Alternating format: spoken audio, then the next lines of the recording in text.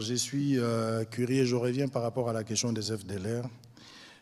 Je veux savoir la neutralisation des FDLR et les désengagements des troupes rwandaises. Ce seront concomitamment ou il faut d'abord finir avec la neutralisation des FDLR avant et le début du retrait des troupes rwandaises.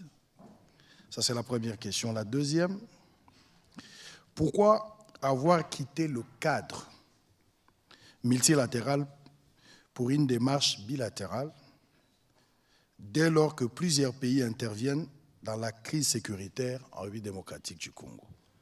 Et puis pour terminer, pourquoi avoir quitté les cadres multilatéraux? Quel cadre multilatéral la ministre d'État demande? Pour avoir un peu plus de précision sur votre question. C'est-à-dire, bien avant, il y a eu EAC, SADC, exactement. Ah, okay. Évidemment. Parce qu'avant ça, il y avait loin. Exactement. Alors, pour terminer, j'aurais bien voulu qu'on lise dans l'accord le point 6. C'est de là que je ressors ma question. Le point 6,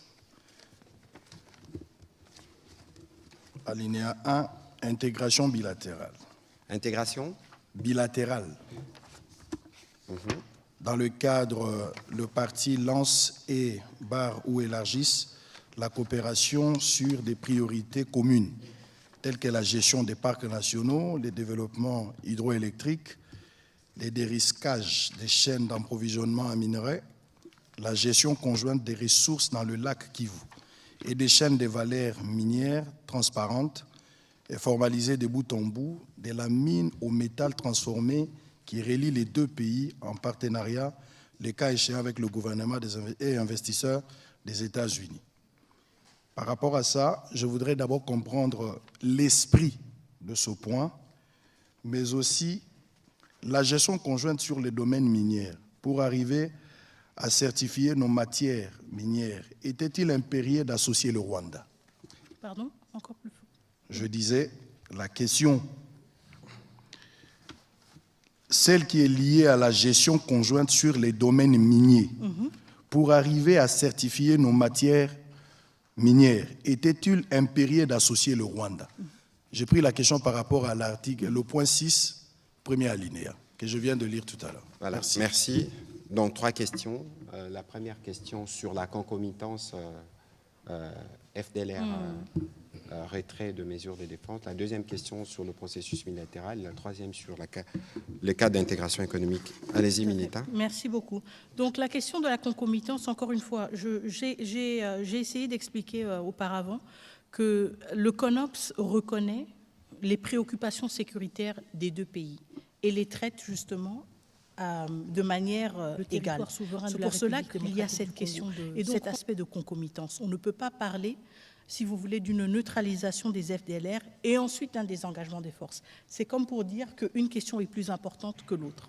C'est pour cela que cet aspect d'une concomitance est repris dans le CONOPS. Évidemment, la réalité est aussi... Concomitance, en français facile, concomitance, ça doit se faire en même temps. En même temps, on a le CONOPS est divisé en 3 phases. Chaque phase a 30 jours. Dans ces phases de 30 jours, on regarde côté FDLR, qu'est-ce qu'on va faire? Côté RDF ou côté forces armées rwandaises qui doivent se désengager, qu'est-ce qu'on va faire concrètement? Et là, maintenant, nos experts militaires et des renseignements se sont assis pour dire, bon, si on est dans une première phase, quelles sont les choses qu'on devra faire? D'abord, identifier des deux côtés, quel est l'effectif, quel est le point de départ. Ensuite, engager, par exemple, du côté des FDLR, des sensibilisations pour dire ceux qui veulent, s'il vous plaît, rentrez chez vous, ça va nous faciliter la tâche. Du côté du désengagement des forces, qu'est-ce que cela veut dire concrètement? Quel est le dispositif en place? Quel est l'effectif? Et ensuite, on avance de manière graduelle. Maintenant, la réalité du terrain est aussi qu'on doit s'adapter à certaines réalités contextuelles. Ça veut dire, par exemple, quand on se projette dans une logique actuelle, parce que le CONOPS a été rédigé en octobre, et la situation a changé entre maintenant et octobre, on ne peut pas penser, par exemple, à une neutralisation, des FDLR sans une présence des forces armées congolaises dans les zones où ils opèrent. Et donc, on ne peut pas penser à une neutralisation des FDLR sans un désengagement des forces armées rwandaises. Et donc, c'est justement là où nos experts militaires travaillent ensemble pour dire si on veut atteindre tel objectif, eh bien, on doit être conscient que l'autre partie doit avancer sur certains points. Et c'est ça l'esprit de la concomitance, ou l'esprit du fait que tout se passe en même temps. On ne peut pas dire qu'on a un problème des FDLR si nous ne contrôlons pas les zones où elles sont supposées être opérationnelles. On ne peut pas dire non plus qu'on a un problème d'un désengagement des forces si nous ne sommes pas présents pour attester et confirmer le départ de ces forces.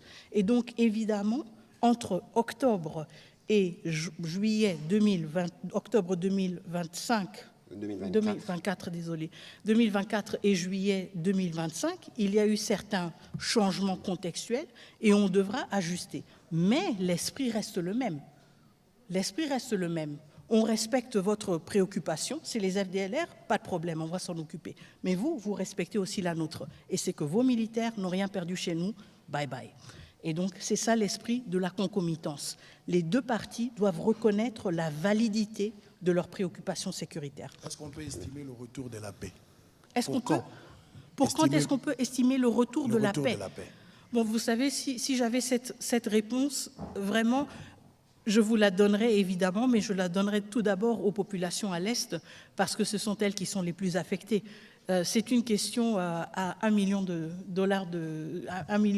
dollars. Je n'ai pas la réponse à quand est-ce qu'on peut estimer le retour de la paix. Ce que moi je peux vous dire, c'est que du côté de la République démocratique du Congo, à travers la signature de cet accord, à travers tous les actes politiques que nous posons, à travers notre mobilisation, nous sommes déterminés à œuvrer pour un retour de la paix dans les plus brefs délais. Maintenant, la responsabilité, c'est une responsabilité partagée. Voilà, la question sur les multilatérales. Oui, la question sur le multilatéral, donc pourquoi est-ce qu'on n'a pas continué dans le cadre SADC-EAC? Bon, vous savez, à un certain moment, il y a eu des engagements à plusieurs niveaux, vous vous en souviendrez. On a eu d'abord le processus de Luanda, on devait avoir un sommet, et le président Kagame n'y a pas participé. On a eu ensuite plusieurs tentatives au niveau de la sous-région de trouver une solution. Il y a eu plusieurs accords qui ont été signés, plusieurs décisions, mais il n'y a pas eu de matérialisation. Et donc, la raison pour laquelle ces cadres multilatéraux n'ont pas continué à être exploités, c'est parce qu'ils n'ont pas fourni de résultats. Et parce qu'on n'a pas le luxe de dire on va juste attendre jusqu'à ce qu'un bon jour, on ait un résultat. Nous continuerons. Nous sommes le pays agressé, nous sommes le pays occupé, nos populations souffrent, nous n'avons pas le luxe du temps et de dire bon, on va maintenant gérer les égos des uns et des autres. Nous voulons des résultats et nous les voulons rapidement. Et nous les obtenons là où nous pouvons les obtenir. Et je pense que cet accord en est la preuve. La troisième question, alors c'était sur le point 6 justement, et donc sur s'il était nécessaire d'avoir le Rwanda associé dans la question de la certification. Oui, dans la certification. Donc en fait, ce volet, c'est un accord quand même structurant de l'accord. C'est un aspect structurant de l'accord. Il propose de transformer les questions sur lesquelles nous avons souvent eu des conflits en zone de coopération.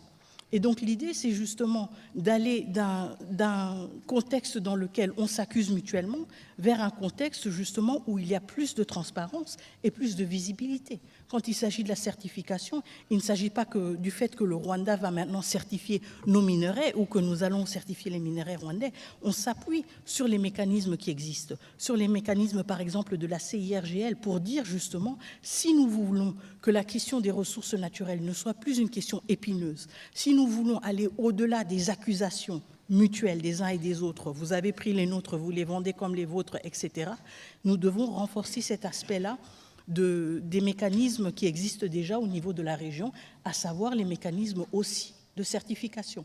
Et ça veut dire que, forcément, nous devons travailler ensemble avec le Rwanda, tout comme nous devons travailler avec d'autres pays de la région. Quand vous regardez la CIRGL, elle ne se limite pas au Rwanda et à la RDC, mais elle a justement le mécanisme qui est le plus utile, si vous voulez, et le plus probant pour cette question de certification et sur lequel je pense que nous allons devoir nous appuyer. et donc pas exclusivement RDC-Rwanda, mais justement dans un caractère régional qui va bien au-delà. La question, c'est qu'ici, il s'agit d'un accord entre les deux pays. C'est pour cela qu'on parle explicitement des deux pays. Alors, je vais être plus concret sur cette question pour éviter justement toute ambiguïté. Le lac Kivu, nous avons le gaz dans le lac. Le lac qu'on les partage. Comment voulez-vous que sur la gestion du gaz qu'il y a dans le lac, un peu comme on a les pétroles dans les Graben albertines avec l'Ouganda, qu'il n'y ait pas des interactions? Premier exemple. Deuxième exemple, le massif du Virunga, le parc de Virunga. C'est les mêmes massifs. Évidemment, il est plus grand, plus important en RDC et plus petit au Rwanda. On a des familles des gorilles qui vivent comme des humains.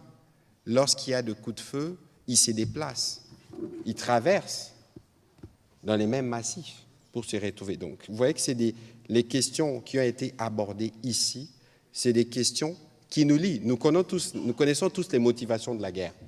Vous avez vu qu'on a sanctionné la raffinerie des Gasabo au Rwanda par l'Union européenne parce qu'elle raffine de l'or qu'il n'y a pas chez eux. Et donc ici, il faut s'assurer que nous avons pris toutes les précautions qu'il faut. Souvenez-vous de ce que la Mineta a dit précédemment ici. Nous sortons de 30 ans des conflits. Nous avons de millions de morts. Et donc, même si nous devons nous engager dans le cadre d'un partenariat économique, cela ne peut jamais se faire sans tenir compte de tout ceci. Et donc, Israël Mutombo, soyez bien apaisés sur le sujet. Ce qui a été abordé ici, c'est des choses qui sont vécues au quotidien et pour lesquelles nous, comme République démocratique du Congo, dans le cadre d'une paix restaurée, on ne peut que voir comment mieux faire. On a parlé d'électricité aujourd'hui, même aujourd'hui, Sénélac. Je vous ai donné l'exemple du Sénélac, du courant qui est produit Ruzizi en RDC, mais qui est donné au Rwanda et au Burundi dans le cadre d'un projet d'intégration qui a été mené par la CEPGL. Donc ici, il faut bien lire ce qui a été dit et le garder dans le contexte précis parce que vous avez des exemples des réalités qui sont déjà vécues sur terrain. Nous sommes arrivés à signer l'accord avec le Rwanda alors que la démarche était celle de rechercher la sécurisation. Je crois que ici, Israël, on ne va pas refaire l'émission. La Mineta a dit que c'est un accord de paix. On a signé un accord de paix. Dans cet accord, on a énoncé des principes, notamment le principe de l'intégration économique. Et dans les principes d'intégration économique, on a parlé d'une intégration régionale, on a parlé de ce qui est bilatéral en partant de l'existant. Il faut bien comprendre cela pour que cela ne soit pas un élément de confusion. On aura l'occasion, je viendrai sur votre plateau pour aller plus en détail, parce que je pense que vous-même, vous avez des susceptibilités sur le sujet. Mais ici, comme le président de la République l'a dit en début de cette émission, aucune ressource de la RDC ne sera brandée. Madame Alexandra Brangeon, allez-y s'il vous plaît. Madame la ministre, bonsoir. Monsieur le ministre, une question à nouveau sur les FDLR. Comment est-ce que vous comptez neutraliser ces FDLR? Est-ce que vous estimez aujourd'hui que les forces armées congolaises ont les moyens de le faire, sachant que ces groupes armés sont souvent dans des zones contrôlées par les M23? Est-ce que vous avez identifié des difficultés pour le faire? Est-ce que vous souhaitez une assistance étrangère? Tout à l'heure, vous parliez de la MONUSCO. Et enfin, est-ce qu'une opération conjointe avec l'armée rwandaise pourrait être envisagée? Merci. Merci beaucoup. Alors, la question des FDLR et leur neutralisation, évidemment, je pense tout d'abord qu'on doit se référer à toutes les expériences antérieures que nous avons déjà accumulées en République démocratique du Congo et donc à une certaine expertise, si vous voulez, dans la question, raison pour laquelle, pour nous, il s'agit surtout d'éléments résiduels des FDLR. Je pense qu'on a vu quand même, au fil des années, une réduction quand même assez sensible par rapport au nombre des effectifs des FDLR, suite aussi aux opérations, aux différentes opérations et différents efforts qui ont été menés par la République démocratique du Congo. Donc, quand il s'agit de la question justement de comment s'y prendre, comme je l'ai évoqué au début, il s'agit tout d'abord de sensibiliser les FDLR qui sont rwandais sur la possibilité de retourner chez eux et la possibilité d'y être prise en charge à travers la commission de démobilisation du Rwanda et d'être réintégré dans la société rwandaise. C'est le premier pas. Et nous l'avons toujours observé dans d'autres efforts, si vous voulez, pour gérer la question des FDLR. Évidemment, tout cela va de manière crescendo, si vous voulez, ou séquentielle, en fonction justement du succès de cette première étape. Si nous voyons que c'est une étape qui a beaucoup de succès et qu'il ne s'agit que plus que des poches de résistance, évidemment, encore une fois, avec plus d'insistance, on va essayer de motiver les FDLR à retourner chez eux. Et ceux qui ne voudront pas se rendre, évidemment, feront face à des opérations militaires. Chose que nous avons déjà eue en République démocratique du Congo, encore une fois, dans des formats différents et à chaque fois adaptés, si vous voulez. Nous l'avons eu dans le format d'opération conjointe avec la MONUSCO, et ça avec une implication variée de la MONUSCO. Nous l'avons eu aussi dans le cadre des opérations Moja Wetu avec les forces armées rwandaises. Donc encore une fois, nous avons une panoplie d'expériences sur laquelle nous pouvons nous appuyer. La question de la capacité des forces armées congolaises à faire face à la présence des FDLR. Bon, déjà, elle ne relève pas de mon domaine, mais je peux vous assurer que la défense, pendant ces derniers mois et pendant ces dernières années, s'est justement concentrée sur son efficacité et sur justement le besoin d'être plus performante. Et donc, je peux très bien m'imaginer que dans ce cadre d'opération aussi stratégique, d'une portée si importante pour la République, que nous n'allons pas avoir de doute sur la performance, la capacité de performance de nos forces armées. Maintenant, la question sur la possibilité d'opérations conjointes entre la République démocratique du Congo et les forces armées rwandaises, cette question n'a pas été évoquée et elle n'est pas encore sous examen, ou elle n'est pas prévue d'être examinée, en tout cas dans les jours à venir. Nous nous concentrons sur nos propres capacités, à être à la hauteur de ce défi et sur notre détermination, au besoin associer des partenaires internationaux comme peut-être la MONUSCO, si le besoin est ressenti, et évidemment en coordination avec ces acteurs. Mais pour l'instant, il n'y a pas de plan quelconque de le faire conjointement avec les forces armées rwandaises. Je pense que pour l'instant, on se concentre plutôt sur leur départ définitif. Merci, bien dit. Très bien, on va prendre la question de Pichu Mulumba. Je vais demander... Monsieur le ministre, pour la parole. Madame la ministre d'État, j'ai juste deux petites préoccupations. La première, c'est que n'y a-t-il pas une ambiguïté concernant la présence des FDLR dans cet accord? On sait que depuis 30 ans, la présence des FDLR sur le sol congolais constitue la justification constante des agressions militaires du Rwanda en RDC. L'accord prévoit-il une évaluation indépendante de la réalité et de la menace qui représenterait encore les FDLR maintenant et après leur neutralisation? La deuxième préoccupation concerne la question humanitaire. Le gouvernement a récemment dénoncé la transplantation des populations étrangères dans des zones occupées. Comment le retour des déplacés sera-t-il organisé si ces espaces de vie sont occupés par d'autres populations? Que prévoit l'accord à ce sujet? Alors, la première question sur la question des FDLR, en effet, cela fait près de 30 ans que ce prétexte est recyclé. Et réchauffé à toute sauce. Et justement, c'est la raison pour laquelle il est dans l'accord, parce qu'on veut y mettre fin. On veut mettre fin à cet accord, à ce prétexte récurrent d'une présence et d'une menace soi-disant des FDLR. Si tel est le cas, eh bien justement, nous avons un accord qui prévoit dans son CONOPS des étapes très claires, bien définies sur comment on va mettre fin à cette menace, mais aussi justement à travers le CONOPS et à travers la mise en place du mécanisme dont j'ai parlé de conjoint de sécurité, la possibilité d'évaluer l'envergure de cette menace.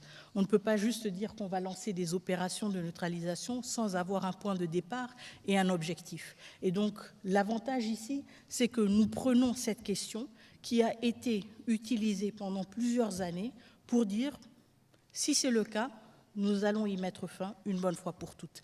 Pour y mettre fin, nous devons savoir à combien sont-ils, quelle est la menace qu'ils représentent, Et ensuite, on s'attaque au problème à travers des approches différentes et appropriées.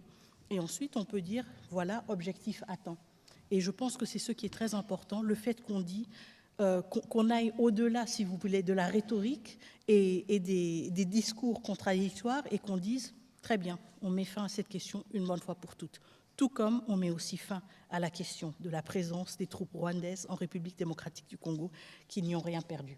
Et je pense que c'est l'aspect clé de cet accord, le fait qu'il se concentre sur les questions qui bloquent le plus. La question qui bloque du côté de la République démocratique du Congo, tout à fait légitime, les troupes rwandaises n'ont rien perdu sur notre territoire, elles doivent rentrer chez elles. Question qui bloque du côté du Rwanda, apparemment, malgré le fait qu'ils ont une armée performante, malgré le fait que c'est le 4e pays contributeur de troupes de missions de maintien, dans les missions de maintien de la paix, c'est apparemment la menace des FDLR. C'est une menace? Très bien, on va y mettre fin. Et je pense que c'est ce qui est très important, le fait que cet accord se concentre sur ces 2 points-là et nous aide à les élaguer. Mais aussi, comme vous l'avez dit, la question humanitaire est reprise dans l'accord et la question justement des implantations de population est une question sur laquelle nous avons reçu beaucoup de rapports pendant cette période d'occupation et qui a été suivie de près au niveau du ministre, du vice-premier ministre, ministre de l'Intérieur, évidemment, parce que cela relève de son ressort. Et c'est pour cela que nous poussons pour cet accord. C'est pour cela que nous sommes impatients de voir sa mise en œuvre, d'y contribuer, parce qu'à travers cet accord, nous aurons un cadre très clair pour justement réglementer et nous assurer que tout retour et tout mouvement de population à travers les frontières respecte justement les normes internationales et tout pour nous permettre justement d'éviter qu'il y ait dans les phases de retour, qu'il y ait dans les communautés de retour des conflits quand des populations qui ont dû se déplacer veulent regagner leur communauté d'origine et se trouvent peut-être confrontées à d'autres réalités inattendues. En même temps, évidemment, cela va de pair avec le retour de l'autorité de l'État et à savoir le rôle aussi de l'autorité de l'État aux différents niveaux d'être un arbitre justement en cas de ce genre de conflit pour en éviter justement l'exacerbation. Alors, si je peux me permettre un petit commentaire, si vous lisez les CONOPS donnent un peu des détails sur comment on va traiter la question des FDLR. Il y a une dimension de sensibilisation, mais il y a aussi une dimension de leur retour au Rwanda et de leur intégration, parce que c'est des Rwandais. Et sur la question humanitaire, mais vous savez, on ne peut pas faire un retour de réfugiés, un retour de déplacés dans des parties du pays où ça tire encore. Il faut un minimum de sérénité, un minimum de paix, c'est ce que cet accord va apporter, parce que c'est l'accord, dès qu'il commencera à produire ses effets, il y aura un retour progressif de l'administration, et c'est cette administration qui sera en mesure de s'assurer que les populations, lorsqu'elles vont retourner, qu'elles retournent dans des conditions de sécurité, parce que les retours des déplacés comme des réfugiés, c'est fait aussi sur la base volontaire. Et donc, il y a des points qui sont, de notre point de vue, très cruciaux et sur lesquels nous faisons un suivi particulièrement étroit. Éric Izami. Merci de la parole. Je voudrais globalement féliciter votre activisme dans votre gouvernement pour rechercher la paix, parce que la paix est essentielle. Alors la question, la première, c'est de revenir sur ce qu'a évoqué ici mon confrère Israël Mutombo, mais je voudrais être beaucoup plus concret. Nous parlons de l'accord de paix. Existe-t-il dans cet accord une coopération minière entre le Congo-Kinshasa et le Rwanda? Ou existe-t-il un projet conjoint dans ces sens? Nous avons besoin de réponses à propos. Le 1.23, deuxième question. Le 1.23 exige pour poursuivre avec les pourparlers au niveau de Doha que Kinshasa puisse donner oui choses. Entre autres, il y a notamment la levée de poursuite de certains de leurs cadres. Qu'est-ce que votre gouvernement en dit? Et puis pour terminer, c'est la question au ministre Mouyaya. Je suis congolais, avant d'être journaliste, donc je partage votre avis que d'aller vers la paix. Mais vous nous expliquez de manière bien tout ce qui a été fait au niveau des États-Unis. Mais nous ne sommes pas en face de gens qui sont ou qui ont toujours fait preuve de bonne foi. Je voudrais, moi, garder en éveil mon sens critique. Alors je pose la question. Qu'est-ce que le gouvernement congolais prévoit pour que ce que vous nous expliquez aujourd'hui ne puisse pas être détourné par notre voisin, le Rwanda, qui depuis toujours crée toujours la petite bête pour nous faire de problèmes. Je crois que c'est une question qui est toute simple. On ne peut pas comparer les deux pays, parce qu'ici, nous avons une opinion qui s'exprime dans sa diversité, dans sa pluralité, y compris sur des sujets où les gens n'ont pas toujours l'expertise qu'il faut. Il faut considérer avec la signature de cet accord que nous avons une ouverture pour aller vers la paix. Je vous ai rappelé ce que le président de la République a dit ici. Aujourd'hui, tout ce qui faisait l'objet des discussions, tout ce qui faisait l'objet d'affrontements entre les deux pays a été coulé sur l'accord. Et dans cet accord, le Rwanda s'est engagé comme la RDC. C'est pour ça que tous ceux qui donnent des avis dans un sens ou dans un autre, ils doivent se rendre compte que nous avons sur un papier l'engagement du Rwanda fait à la Maison-Blanche devant le président américain qu'on peut considérer comme un des garants de ce qui a été convenu.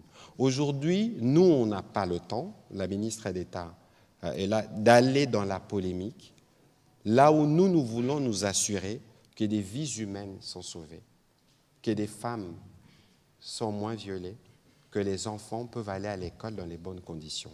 Et cet accord ouvre cette voie. Et donc, il faut considérer que nous tous, un peu dans l'esprit de l'appel qui a été lancé le 25 avril, qui est évoqué dans les préambules de l'accord, nous tous, nous devons contribuer où nous sommes pour aller vers la paix. Donc, on va quitter le terrain de la polémique qui ne construit pas et on va nous tous nous assurer que le Rwanda qui s'est engagé dans cet accord doit, pour sa part, y contribuer autant que nous allons le faire. C'est à ces prix qu'on va montrer le caractère républicain et notre envie de parvenir à une paix dans la région. Voilà ce que je peux dire à ces propos. Madame la ministre d'État. Merci. Donc, je reprends les deux premières questions. La première question était, est-ce qu'il y a dans cet accord une disposition sur un accord minier entre la RDC et le Rwanda? Non.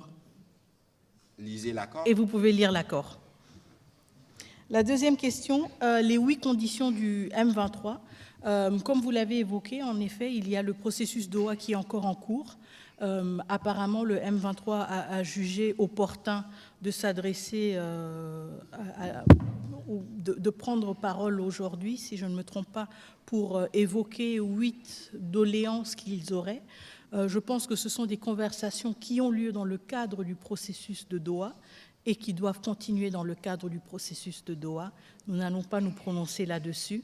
Nous avons traité tous les processus, que ce soit le processus de Luanda, que ce soit le processus de Washington DC ou le processus de Doha, avec professionnalisme et respect envers les facilitateurs, avec discrétion, pour justement contribuer à un environnement propice pour avoir des discussions fructueuses. Nous allons maintenir cette posture. Ces conversations-là ont lieu à Doha, elles continuent à Doha. On va prendre la question de Madame Gino Rehema et de Monsieur Louis France. Alors, des questions qu'on nous prendrons en série et nous répondrons une fois pour toutes, s'il vous plaît. On commence par Monsieur Kouzike et on termine par Madame Gino Tabo. Merci beaucoup, Monsieur le Ministre. Nous sommes ici dans une matière précise de négociation en sociologie des conflits. Ça signifie que pour que nous tombions dans un consensus, il faut que chacune des parties perde une chose et gagne une autre. Vous pouvez nous dire et dire aux Congolais ce que le Congo a perdu en signant cet accord et ce qu'il a gagné, ce que le Rwanda a perdu dans cet accord, ce qu'il a gagné. Et la deuxième question, comment les facilitateurs, dont les États-Unis d'Amérique qui interviennent à titre de facilitation, sortent en tant que partie qui signe l'accord. Pourtant, le facilitateur n'est pas partie prenante aux négociations. À quel titre est-il ou sont-ils intervenus, les États-Unis, pour demain signer cet accord en tant que partie prenante au conflit? Allez, Gino Tabo, allez-y. Merci beaucoup, Madame la Ministre. Ma Merci question, Aux États-Unis, il y a eu des engagements qui ont été pris par la RDC et le Rwanda. La RDC a pris aussi l'engagement de neutraliser les FDLR. Je reviens sur cette question. Alors, je voudrais savoir où se trouvent ces FDLR. Vous les localisez où? Et aussi, ils sont estimés au nombre de combien? La deuxième question, M. Boulos a déclaré dans une interview, il a confirmé l'influence du Rwanda sur les M23. En même temps, il a dit que l'accord de paix conclu vise à mettre fin aux 3 décennies de conflit en appelant au désarmement de groupes rebelles tels que le M23 et à la coopération économique régionale. Alors, ma question, comment nous pouvons comprendre cet aspect de la coopération économique? Donc, c'est-à-dire comment se fera cette vous revenez sur coopération une question économique qui a déjà été posée et reposée. Permettez que sur cette question, la ministre d'État ne réponde pas parce que nous en avons parlé abondamment. Sur la question de la localisation des FDLR, comprenez aussi qu'ici, il y a des questions qui relèvent de la stratégie militaire. La ministre d'État pourra faire un commentaire, mais aussi de ce point de vue, il faut considérer qu'on ne peut pas s'étendre sur d'autres aspects parce que c'est des aspects qui relèvent justement même pas du ressort de la première diplomate après le président de la République, mais des états-majors de nos forces armées. Madame la ministre d'État, pour les questions qui vous ont été destinées. Parfait, merci beaucoup. Alors la première question, qu'est-ce que la RDC a perdu et qu'est-ce que la RDC a gagné? Et idem pour le Rwanda. Écoutez, encore une fois, je ne voudrais pas verser dans des interprétations politiques. Comme le ministre Mouyaya l'a expliqué, nous sommes dans un exercice pédagogique, nous sommes dans un exercice d'explication de l'accord. Si on parle de gains et de pertes, c'est une interprétation, si vous voulez, de cet accord, et je trouve que cela pourrait être extrêmement subjectif. Concentrons-nous donc sur ce que nous avons noir sur blanc et pas sur ce que nous croyons voir.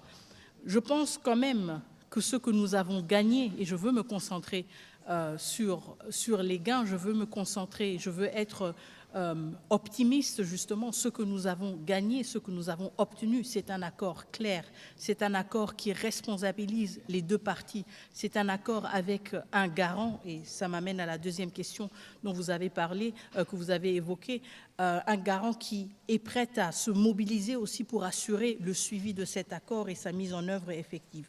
La deuxième question, à quel titre est-ce que les États-Unis d'Amérique ont signé? Eh bien, au même titre que l'Angola aurait signé, au même titre que les pays de la SADC auraient signé, au même titre que le Qatar va signer, en tant que facilitateur, évidemment. C'est un document juridique, on ne peut pas juste laisser les deux parties signer. Il y a cet engagement aussi du facilitateur qui doit se matérialiser à travers une signature, et donc c'est justement pour cette raison que les États-Unis d'Amérique ont signé, parce qu'ils ont justement ce rôle de facilitateur. En même temps, vous vous en souviendrez peut-être, pendant la cérémonie de signature, il y avait d'autres participants qui ont aussi contribué à ces efforts, mais peut-être que cela ne s'est pas manifesté à travers une signature, à savoir le président de la Commission de l'Union africaine, à savoir le ministre d'État, ministre des Affaires étrangères du Qatar, à savoir aussi le ministre des Affaires étrangères du Togo. Juste pour vous montrer justement que cet accord est le fruit de plusieurs efforts, mais spécifiquement dans ce cas-ci, le fruit aussi d'une facilitation assumée par les États-Unis d'Amérique, et donc à juste titre, ils ont signé cet accord avec nous dans leur qualité de facilitateur, tout comme ça aurait été le cas si cet accord avait été signé en Polynésie ou je ne sais pas, en Indonésie ou n'importe quel autre pays du monde. Quand un pays est facilitateur, il a aussi cette responsabilité-là d'apposer sa signature à cet accord. La troisième question, c'était sur les FDLR, sur les effectifs des FDLR, sur le positionnement des FDLR. Comme le ministre l'a indiqué, nous n'allons pas pouvoir nous pencher sur ce genre de détails opérationnels, mais ça nous ramène encore une fois au rôle du mécanisme conjoint de coordination de la sécurité qui justement a ce travail-là, d'établir, si vous voulez, un point de départ, d'établir une compréhension partagée. Où sont-ils? À combien sont-ils? Quelle est la réelle menace qu'ils représentent? Tout comme pour la question du désengagement des forces, ce travail-là devra aussi se faire. Quels sont les effectifs dont nous parlons? Où sont-ils positionnés? Si nous voulons passer à la mise en œuvre de ce CONOPS, évidemment, comme vous l'évoquez, ces questions sont tout à fait légitimes et pertinentes et vont être justement au cœur du travail de ce mécanisme qui va être mis en place. Nous n'allons peut-être pas tous avoir les détails de ces informations, mais pour que ce travail se fasse de manière efficace, il devra y avoir un point de départ qui permettra justement d'évaluer le progrès et le succès des efforts et des opérations respectives. Voilà, Madame la ministre d'État, nous avons en tout cas terminé cet exercice pédagogique. Il était lent, mais comprenez qu'il y avait... Il était aussi pédagogique pour moi. Voilà, qu'il y avait beaucoup de questions et qu'il était important que le peuple congolais puisse être fixé et édifié de cet accord qui a été obtenu évidemment grâce aux efforts diplomatiques portés par les présidents de la République lui-même, la Première ministre, la Mineta et toute l'équipe, parce que finalement, c'est un travail qui a été fait par plusieurs. C'est un point de départ. Madame la ministre d'État, quels peuvent être vos mots pour terminer l'exercice de ce soir? Tout à fait. Je pense que le mot important ou l'expression importante ici, c'est effectivement un point de départ. Comme je l'ai dit à Washington DC, c'est maintenant que le vrai travail commence. C'est un travail qui nous concerne tous en tant que Congolais et Congolaises, en tant que citoyens engagés, que nous soyons membres du gouvernement, que nous soyons membres de la société civile, de la presse ou citoyens engagés et épris du souci de voir la paix se matérialiser dans notre pays. Notre travail à nous tous commence maintenant, à commencer par l'appropriation de cet accord, sa compréhension, sa lecture évidemment, la curiosité qui devrait nous animer justement, devrait nous encourager aussi à avoir des conversations les uns avec les autres pour mieux comprendre cet accord, mais aussi se pencher concrètement sur les réalités qui doivent rapidement se transformer, en particulier dans les zones encore sous occupation à l'est de la République démocratique du Congo. Donc ce n'est qu'un début, c'est le premier pas et nous allons continuer à avancer vers la mise en œuvre de cet accord, mais surtout aussi vers une paix durable, vers un développement durable et vers une pacification continue de la partie est de notre pays et évidemment de la région des Grands Lacs. Merci beaucoup. Merci beaucoup, Monsieur le Ministre. Et évidemment, merci beaucoup, Mesdames et Messieurs de la presse, pour votre intérêt continu. En effet, je vous remercie sincèrement d'être présents aujourd'hui. Nous nous trouvons à un moment charnière pour notre pays. Comme vous le savez, le 27 juin dernier à Washington, nous avons signé un accord de paix historique avec la République du Rwanda, et ce, sous la médiation des États-Unis d'Amérique. Et au-delà de la signature, évidemment, parce que cet accord nous concerne, nous en particulier en République démocratique du Congo, et plus précisément les populations à l'est de la République démocratique du Congo, il y a un besoin urgent de compréhension. Et nous avons une responsabilité, évidemment, d'expliquer cet accord et de fournir en toute transparence plus de détails, plus d'amples détails sur cet accord et ce qu'il prévoit. Évidemment, tout cela en harmonie et en pleine cohérence avec les orientations et les instructions qui nous ont été données par son Excellence, Monsieur le Président de la République. Et comme vous l'avez entendu dans l'extrait de son discours à l'occasion de la commémoration du 65e anniversaire de l'indépendance de la République démocratique du Congo, en ligne avec ces principes qui nous ont orientés dans la négociation et dans la signature de cet accord de paix. Alors juste pour vous rappeler un peu l'historique et le chemin qui a été parcouru et qui a conduit à la signature de cet engagement, comme vous le savez tous, le tout a commencé le 25 avril dernier à Washington DC, quand nous avions la signature de la déclaration des principes entre la République démocratique du Congo et le Rwanda, étape qui a été justement signée par les deux ministres des Affaires étrangères respectifs, et ensuite qui a été suivi d'une série de négociations et de pourparlers au niveau de nos experts techniques qui ont effectué une série de rencontres à Washington et sous d'autres formats. Et donc le 18 juin, nous avons eu un projet d'accord final qui a été paraphé par nos experts qui étaient à Washington et donc qui traduisait les principes de la déclaration de principes signée le 25 avril, notamment le retrait des forces rwandaises, l'activation du concept d'opération conjointe ou du CONOPS et le retour encadré des déplacés dans les zones affectées. Et enfin, le 27 juin, donc la semaine passée, j'ai signé au nom de la République démocratique du Congo l'accord final avec mon homologue rwandais en présence du secrétaire d'État américain Marco Rubio. À l'issue de cette signature, nous avons été reçus à la Maison-Blanche, je pense que vous voyez les images, par le président Donald Trump, qui a salué le courage politique et qui a exigé de manière très explicite aussi le respect de cet accord. Ce processus se poursuivra dans les semaines à venir avec un sommet de haut niveau prévu entre le président Félix-Antoine Tshisekedi Tshilombo et son homologue Paul Kagame, toujours sous l'égide de la médiation américaine et prévu à Washington, D.C. Je tiens à être clair avant de me pencher sur l'accord même et ses différents chapitres et articles.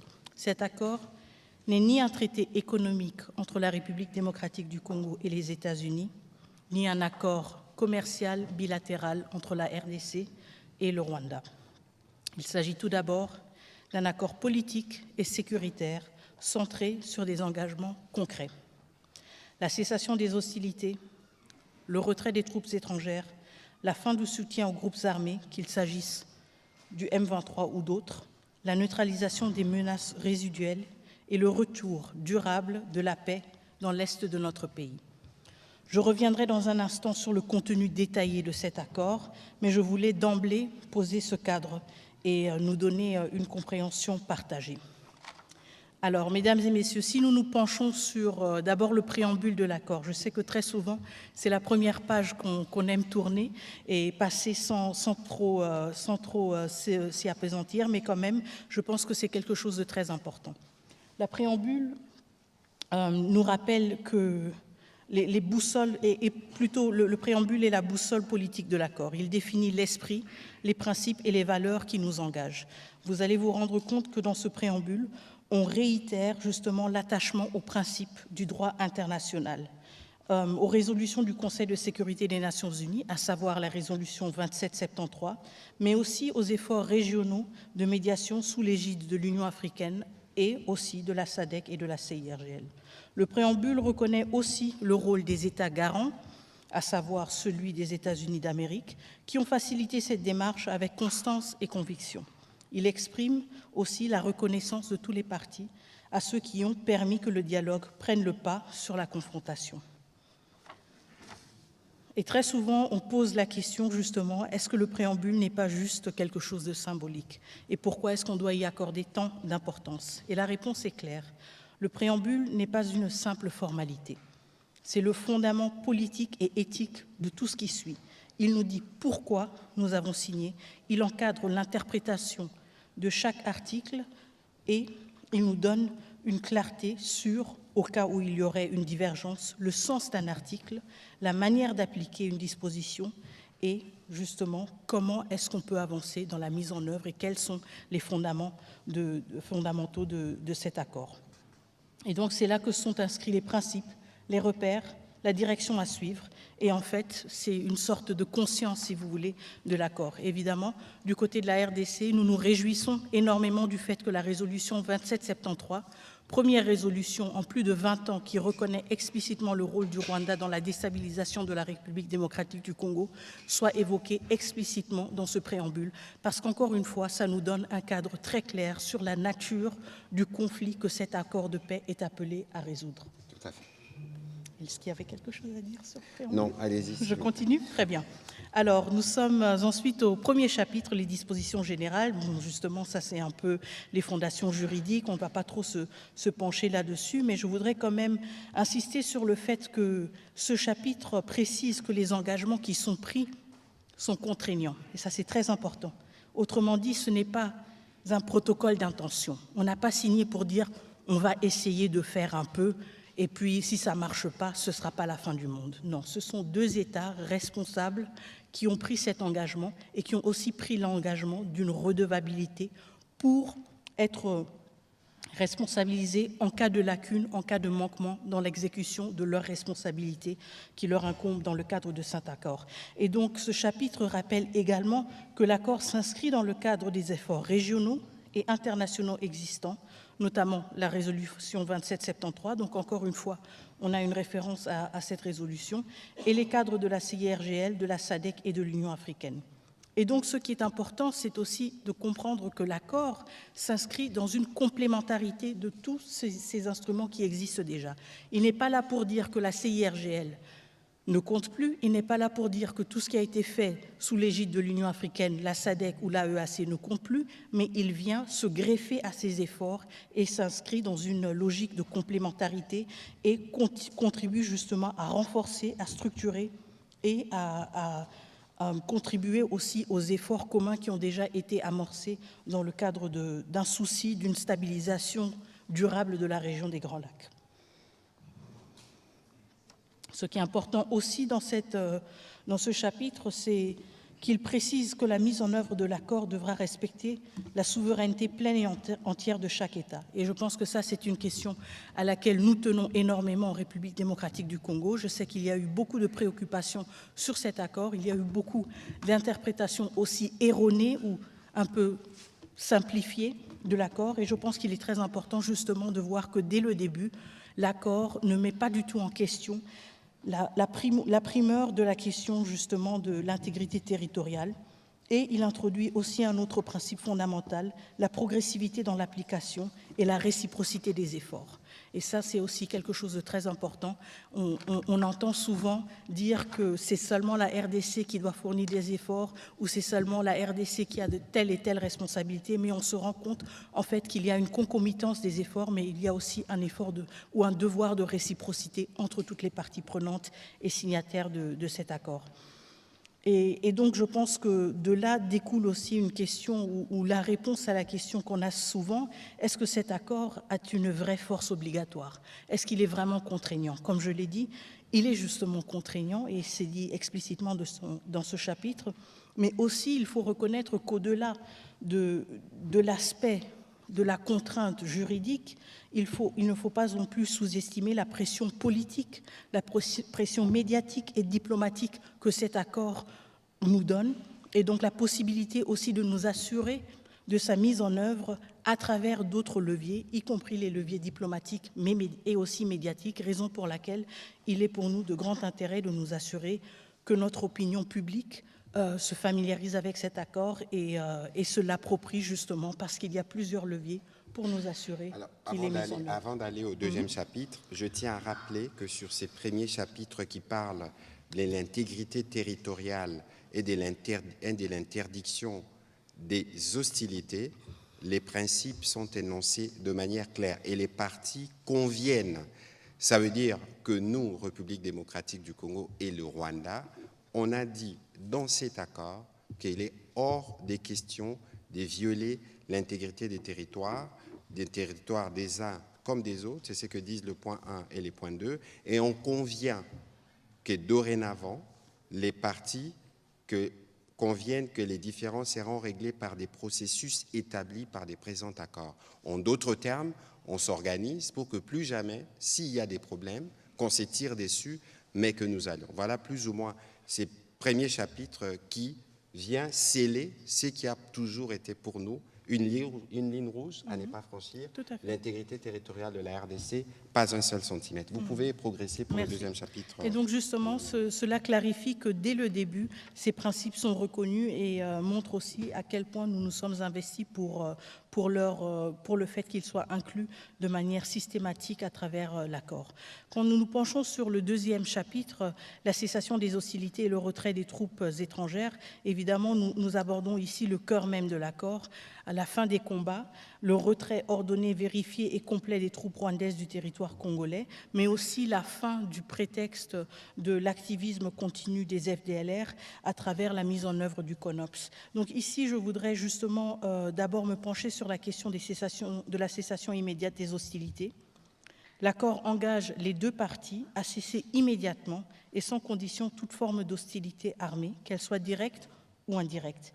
Et cela concerne plus précisément les affrontements entre forces régulières, mais aussi l'usage de groupes armés supplétifs, et donc là, nous parlons notamment du M23, les frappes, les incursions ou les menaces transfrontalières, ainsi que tout soutien logistique, financier ou politique à des entités armées opérant en territoire congolais. Les parties s'engagent également à s'abstenir de toute déclaration publique susceptible de raviver les tensions et à privilégier la communication via les canaux prévus par l'accord. Et donc, évidemment, nous nous inscrivons dans cette logique, justement, d'une sensibilisation sur l'accord, mais pas d'une instrumentalisation politique de l'accord, parce que, justement, ceci nuirait à l'effort d'une pacification et une cessation des hostilités, non seulement les hostilités armées, mais même, si vous voulez, dans les discours politiques.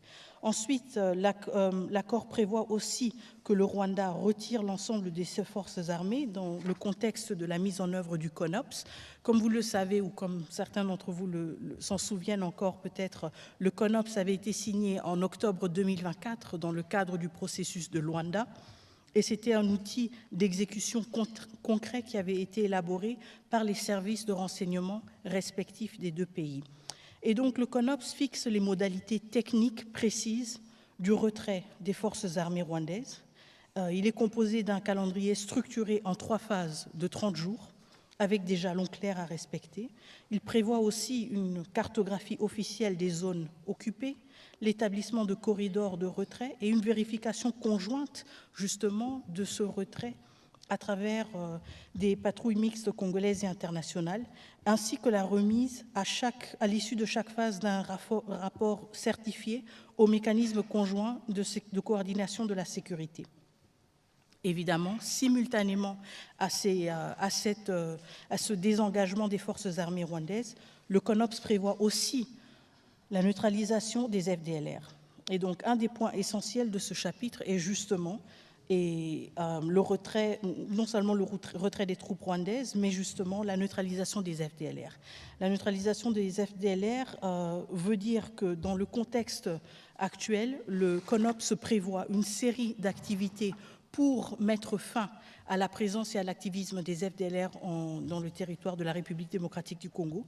Il prévoit tout d'abord une phase de sensibilisation pour donner aux FDLR l'occasion et l'opportunité de reddition pacifique et prévoit ensuite des mesures avec un séquençage prévu plus contraignante pour s'assurer que cette menace soit éradiquée de manière définitive et mettre fin justement à cette question récurrente pendant les derniers 30 années des FDLR. Avant que vous ne puissiez progresser, je rappelle juste pour ceux qui nous suivent que le CONOPS, c'est un document opérationnel.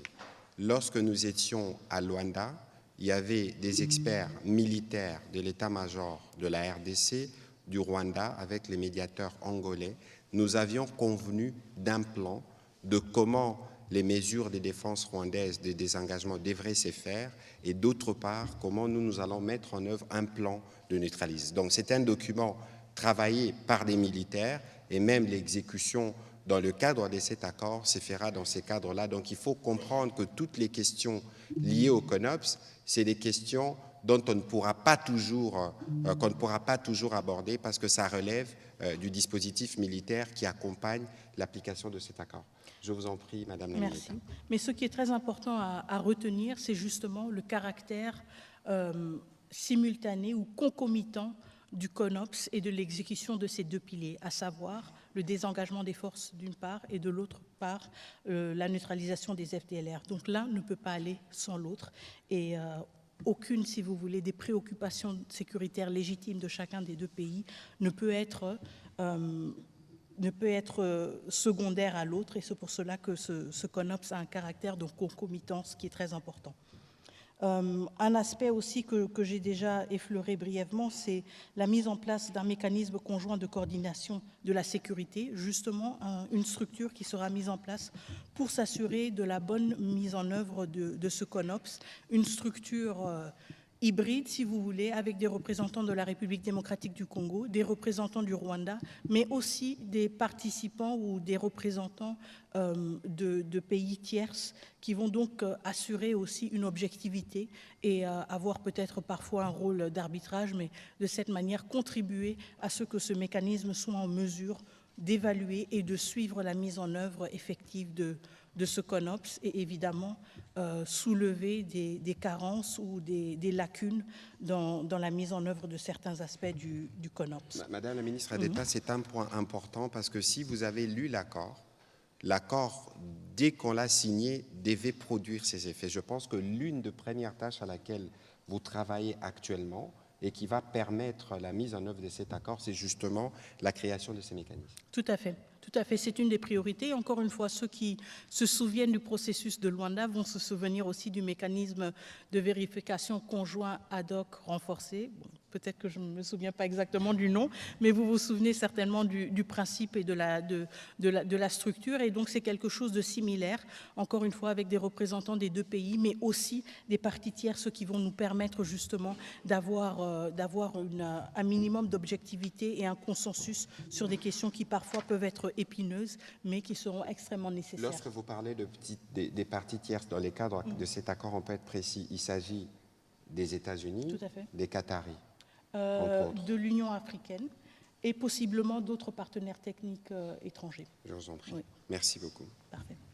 Alors maintenant, on progresse au chapitre 3. Donc, le chapitre 2 se penchait plutôt sur les questions État-État. Le chapitre 3 parle de démobilisation, de désarmement, démobilisation et traitement des groupes armés nationaux. Et donc là, on est dans un champ différent. Et ce chapitre aborde donc une autre dimension essentielle de la paix durable, et à savoir la question des groupes armés congolais. Il est très important de lever immédiatement une confusion que certains discours semblent entretenir de manière délibérée ou pas. Le désengagement des groupes armés nationaux ne se substitue pas au retrait de forces étrangères. Donc il s'agit de deux chapitres différents, et le premier chapitre dont nous avons parlé, le précédent, parle justement des forces armées rwandaises et de leur retrait. Celui-ci parle des groupes armés. Les deux questions sont traitées dans l'accord. Il n'y a pas un groupe, si vous voulez, qui est exclu. Les deux questions sont traitées à juste titre, mais évidemment avec la spécificité nécessaire que chacun de ces groupes requiert. Donc, quand il s'agit du désengagement des groupes armés nationaux, il faut surtout donc revenir sur le fait que le désarmement est obligatoire pour tous les groupes armés congolaises. L'accord prévoit que les groupes armés congolais qui opèrent sur le territoire national doivent être désarmés, démobilisés et cantonnés sans délai. Comme vous le savez tous, nous avons le PDDRCS qui est en fait le cadre prévu par l'État congolais, justement le cadre institutionnel et le programme prévu par l'État congolais pour donner des perspectives aux ex-combattants des groupes armés. Cela comprend, quand on parle de groupes armés, évidemment les groupes actifs dans les zones anciennement ou actuellement sous contrôle du M23, les groupes dits d'autodéfense et tout mouvement prétendant représenter une revendication communautaire par la voie des armes. Quand on parle du désarmement, on parle aussi d'un désarmement suivi d'une sélection stricte en cas d'une réintégration conditionnelle. Et donc ici, il y a aussi une rupture très importante avec des pratiques qu'on a vues par le passé, à savoir des pratiques d'intégration généralisée, d'effectifs de groupes armés. De brassage ici, et des mixages. Justement. Et nous ne sommes pas dans cette logique.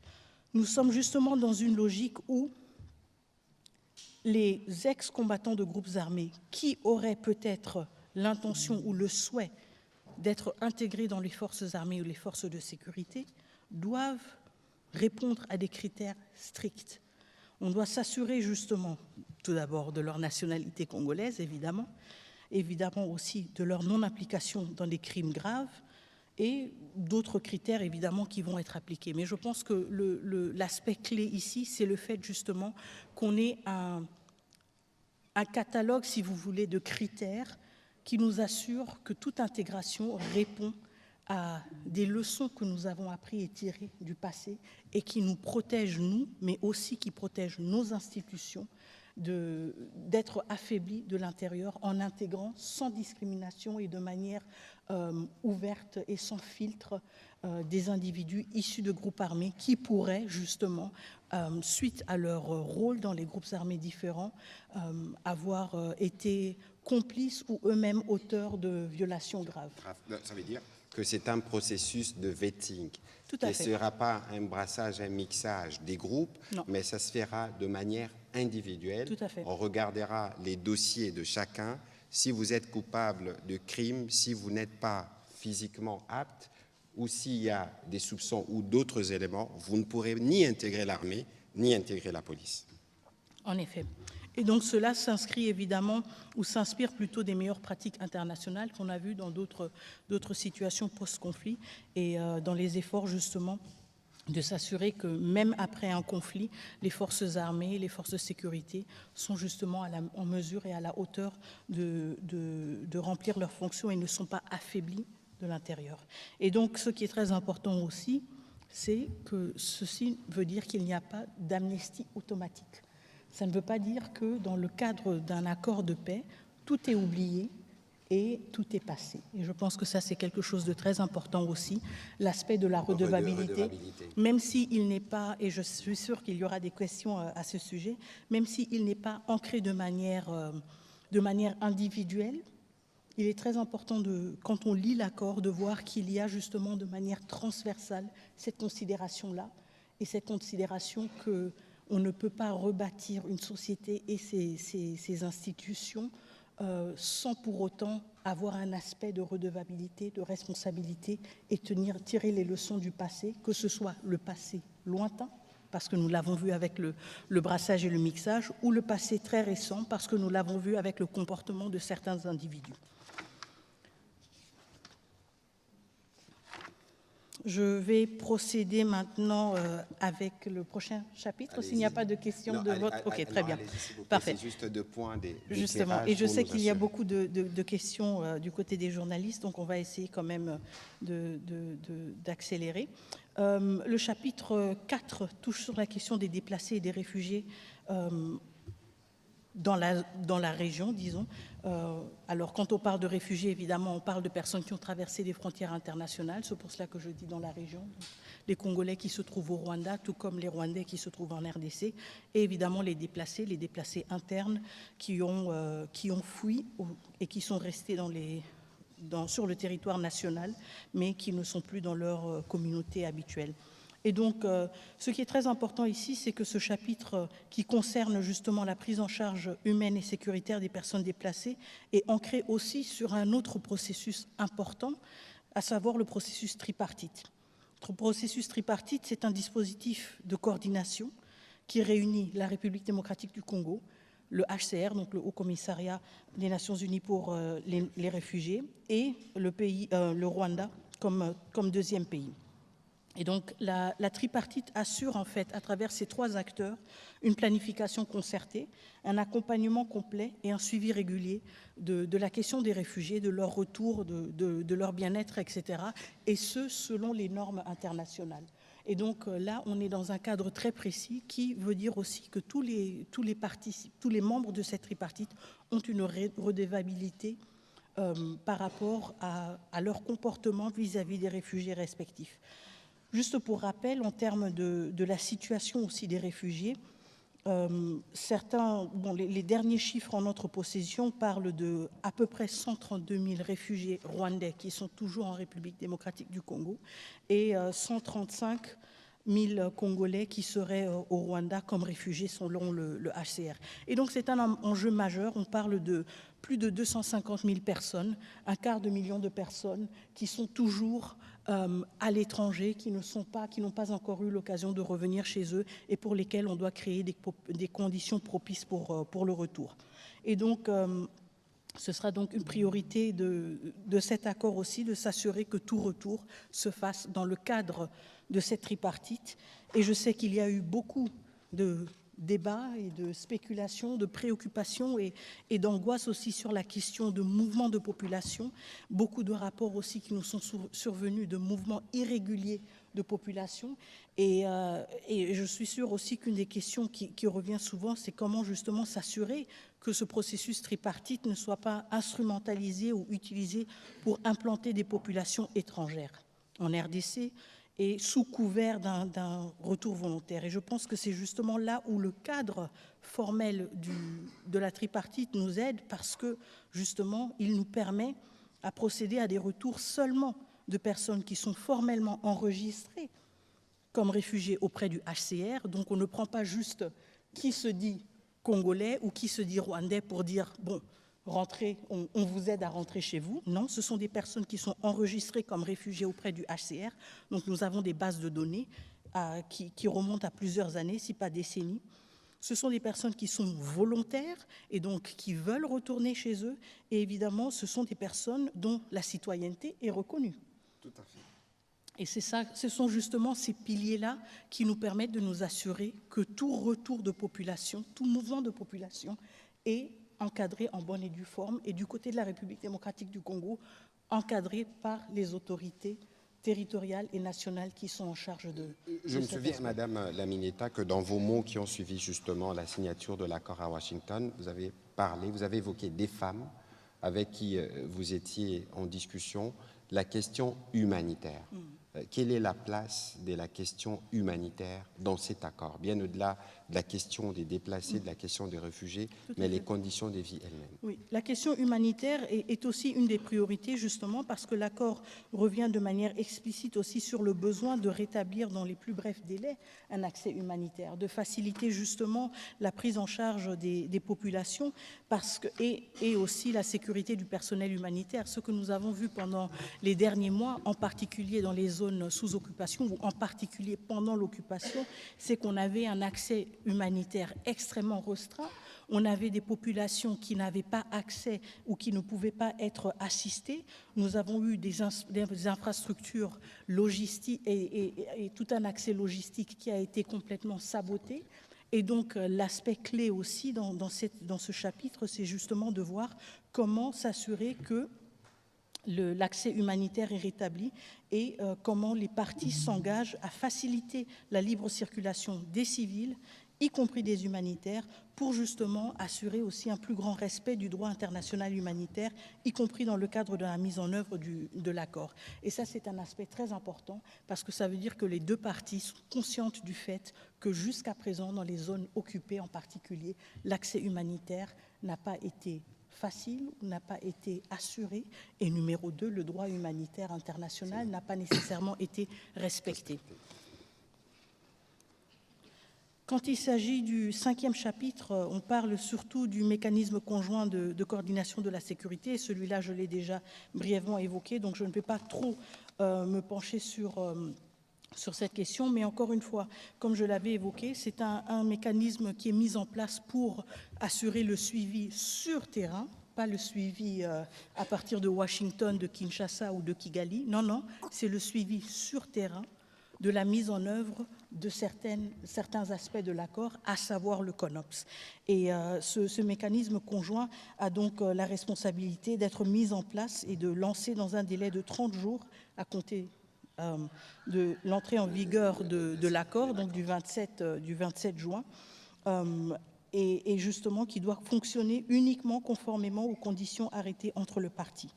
Et ce mécanisme conjoint crée justement des procédures très claires sur comment le mécanisme va élaborer aussi ses rapports pour s'assurer aussi de la transparence et de l'ampleur et la portée des opérations. Les opérations dont j'ai parlé, à savoir les opérations de désengagement de force, tout comme les opérations de neutralisation des FDLR. Le mécanisme conjoint de coordination de la sécurité est régi par les principes suivants. Tout d'abord, et le plan de mise en œuvre est à l'annexe de l'accord, la fin irréversible et vérifiable du soutien de l'État aux FDLR et aux groupes armés associés, et l'interdiction totale de tout soutien matériel, logistique, financier ou autre, qu'il soit national ou étranger à ces derniers.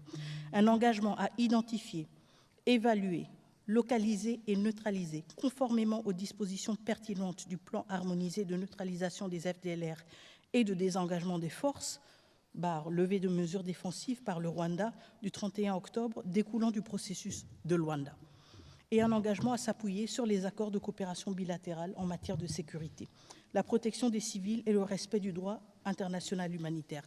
Donc ce mécanisme, comme je le disais, est prévu comme, si vous voulez, un mécanisme de suivi sur place pour s'assurer de la bonne mise en œuvre de cet accord, à commencer par le CONOPS, mais aussi des aspects comme, par exemple, le respect du droit international humanitaire.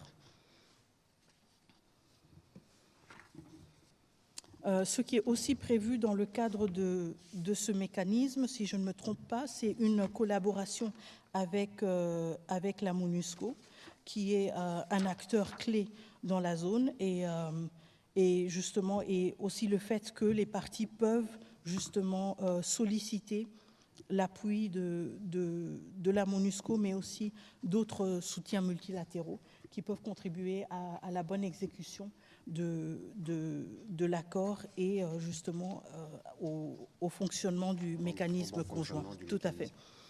Tout à fait. Alors, on va passer sur, je pense, le chapitre du cadre d'intégration économique régionale. Tout à fait. Donc, les dispositions économiques et la coopération régionale, je pense que ça, c'était aussi un de ces chapitres qui a suscité beaucoup de rumeurs et d'interprétations parfois erronées et parfois même de suspicions. Et donc, ce que je voudrais tout d'abord clarifier, c'est que ce volet ne contient pas d'engagement économique. Il parle plutôt du souci, si vous voulez, de prévoir dans l'avenir une intégration régionale accrue. Et ça, c'est une leçon que nous avons tirée d'autres régions, c'est une leçon que nous avons tirée de notre propre région.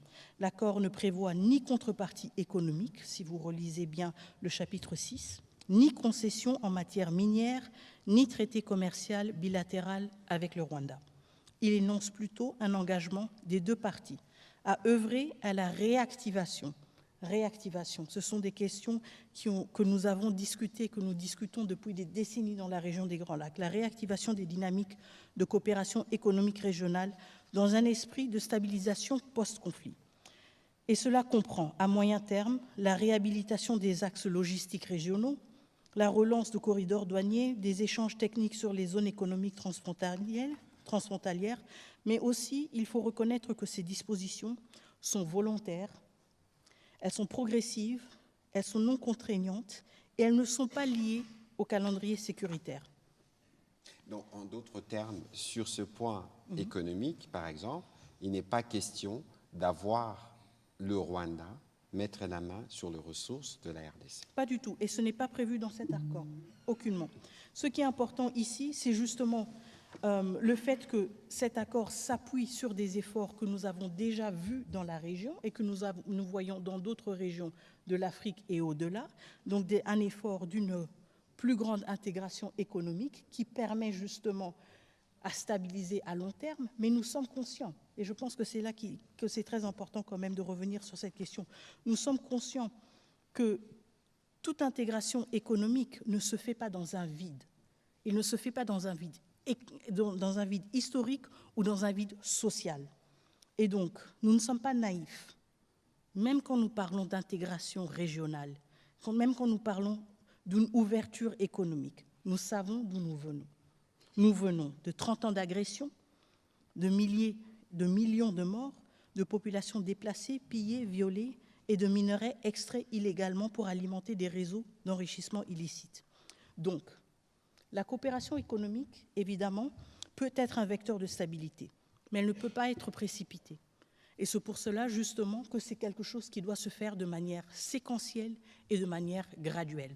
On aura toujours les voisins que nous avons, et si on veut bâtir une paix durable, on devra travailler avec ses voisins, mais en même temps, nous sommes aussi conscients de notre histoire et du poids de cette histoire, et nous devons l'assumer avec responsabilité. Évidemment, le président de la République, justement, s'exprimant sur les sujets, parlait de la nécessité d'avoir une paix durable et une paix que nous voulons définitive. Vous parliez, Madame la ministre d'État, d'intégration régionale. Il ne faut pas oublier que dans cette région, nous avons des exemples.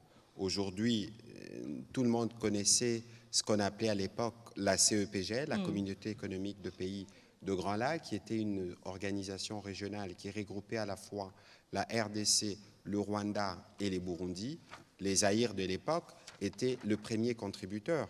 Et aujourd'hui, il y a une partie d'ailleurs de l'électricité, je pense qu'il s'agit de Sinelac, qui est une entreprise qui est née justement de cette intégration régionale de la CEPGL, qui donne l'électricité à la fois en RDC, au Rwanda et au Burundi, et dont les dirigeants, je pense que le directeur général est rwandais, l'adjoint burundais, les financiers congolais. Et donc c'est un exemple parce que finalement, le président de la République ne cesse de le dire, que nos voisins, c'est des peuples avec lesquels nous devons vivre et qu'il n'y a pas des problèmes avec le peuple rwandais, particulièrement parce que nous parlons du Rwanda. Donc il est important que tout le monde comprenne que lorsque nous avons fait la paix, lorsque nous avons consolidé la paix, le pont qui suit, c'est les développements. D'abord pour nous-mêmes, parce que si les investissements américains sont annoncés dans la région, c'est des investissements qui se feront en RDC. Et puis on a parlé d'intégration régionale. On a parlé du modèle de l'EAC, on a parlé des CIRGL. Donc ici, il faut regarder le rôle moteur de la RDC, de tout ce que nous représentons comme marché économique, et que si les opportunités arrivent, c'est des opportunités qui ne se feront pas que pour un seul voisin, mais c'est des opportunités qui vont toucher toute la région avec des effets contagieux. Voilà un peu le petit commentaire que je voulais faire à ces sujets, et parce que l'accord prévoit que pour des discussions, vous aviez suivi les docteurs Boulos, des discussions qui peuvent porter sur des questions économiques pourront faire l'objet d'un autre point qui sera en discussion. Mais ici, la priorité, c'est la paix. La priorité, c'est le traitement des questions humanitaires. La priorité, c'est des mesures que l'on prend pour s'assurer que le Rwanda retire ses mesures de défense, que l'on traque des FDLR, qu'on crée justement les conditions de retour de cette paix, qu'on va consolider de manière définitive et durable. Ce n'est qu'après qu'on viendra faire l'économie. Tout à fait. Allez-y pour la suite, Donc l'accord, Madame comme vous l'avez dit, Monsieur le Ministre, en fait, l'accord crée les conditions propices pour nous permettre à nous lancer avec ambition sur un projet de développement de ces zones qui ont été affectées pendant des décennies par des cycles et des cycles de conflits. Mais justement, tout d'abord vient la paix et ensuite le développement, les investissements et la stabilité, aussi la prospérité partagée. Le dernier chapitre sur lequel je vais me pencher rapidement est en fait un chapitre qui clôture, si vous voulez, l'accord, la mise en œuvre et le règlement des différends.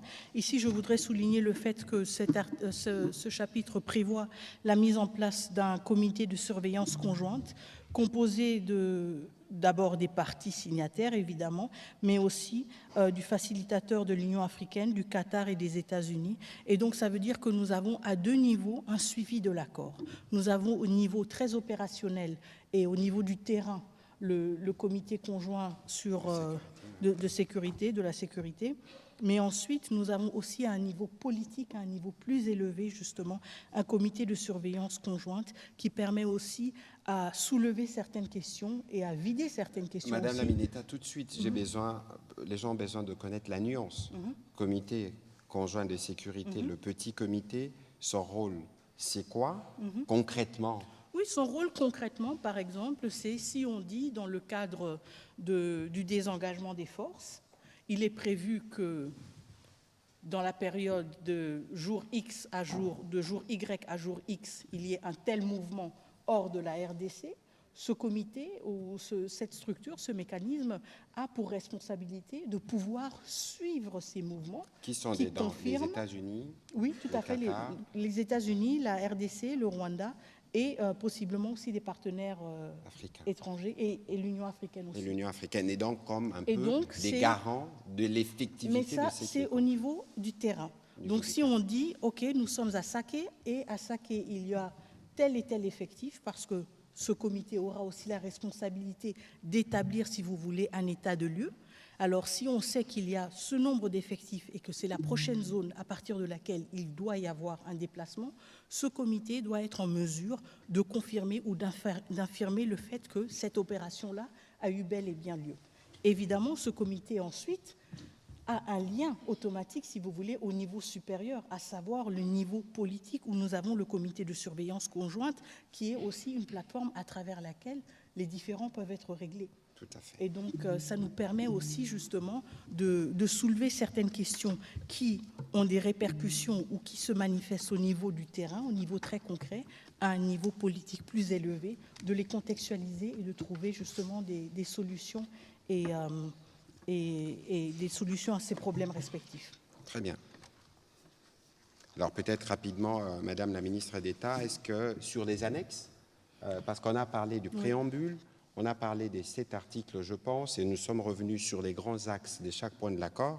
Pour ceux qui nous suivent et pour les journalistes présents, c'est un exercice particulier où nous voulons faire un peu de pédagogie pour que vous puissiez vous rendre compte que tous les détails ont été étudiés dans les compromis qui ont été trouvés pour voir que nous sommes assuré en amont. Nous avons pris des précautions de sorte que cet accord puisse nous donner les résultats escomptés, à savoir l'ouverture, en tout cas une voie pour le retour effectif de la paix.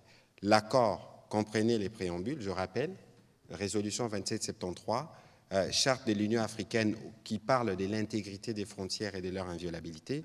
Maintenant, dans les documents qui suivent l'annexe, il y a le CONOPS, on en a parlé, document élaboré par les états-majors des forces depuis le processus de Luanda, mais aussi, Madame la ministre d'État, les éléments que vous pouvez rajouter. Tout à fait.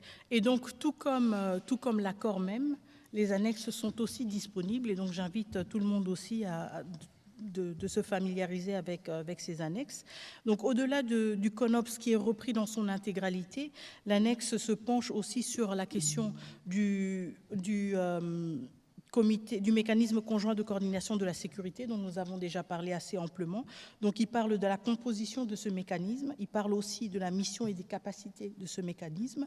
Donc, alors, les parties, par exemple, conviennent que la mission du mécanisme est d'identifier, d'évaluer, de localiser les FDLR, les groupes affiliés, afin de permettre la neutralisation des FDLR, mais aussi, ils conviennent que le mécanisme est habilité et à surveiller, évaluer la mise en œuvre du CONOPS, qui a ces deux éléments, à savoir la neutralisation des FDLR et le désengagement des forces, procéder à des échanges de renseignements et d'informations entre les parties aux fins de mise en œuvre du présent accord et du CONOPS, parce qu'évidemment, c'est le renseignement qui est au cœur de toutes ces questions. Si on parle de désengagement, on doit avoir des éléments, on doit savoir quels éléments sont ou quels effectifs sont positionnés à quel endroit. Même chose avec les effectifs résiduels des FDLR. Quels sont ces effectifs et où est-ce qu'ils sont situés? Et donc, l'élément de l'échange des renseignements est au cœur aussi de ce mécanisme qui doit lui permettre justement de vérifier toutes les informations, les données et activités justement liées à la mise en œuvre du CONOPS et de ces deux piliers respectifs. Le mécanisme détermine aussi la portée géographique de ces activités en fonction des conditions sur le terrain et dans le plein respect de l'intégrité territoriale et de la souveraineté. Et donc, évidemment, ce mécanisme est prévu justement opérer dans les zones où nous avons ces deux préoccupations qui se concentrent de manière très palpable, à savoir le désengagement des forces, mais aussi la question des FDLR. Et donc, il est clé que ce mécanisme, pour être opérationnel, puisse se rendre sur le terrain, puisse justement aussi vérifier concrètement et de manière tangible les réalités qui caractérisent le terrain et le contexte respectif.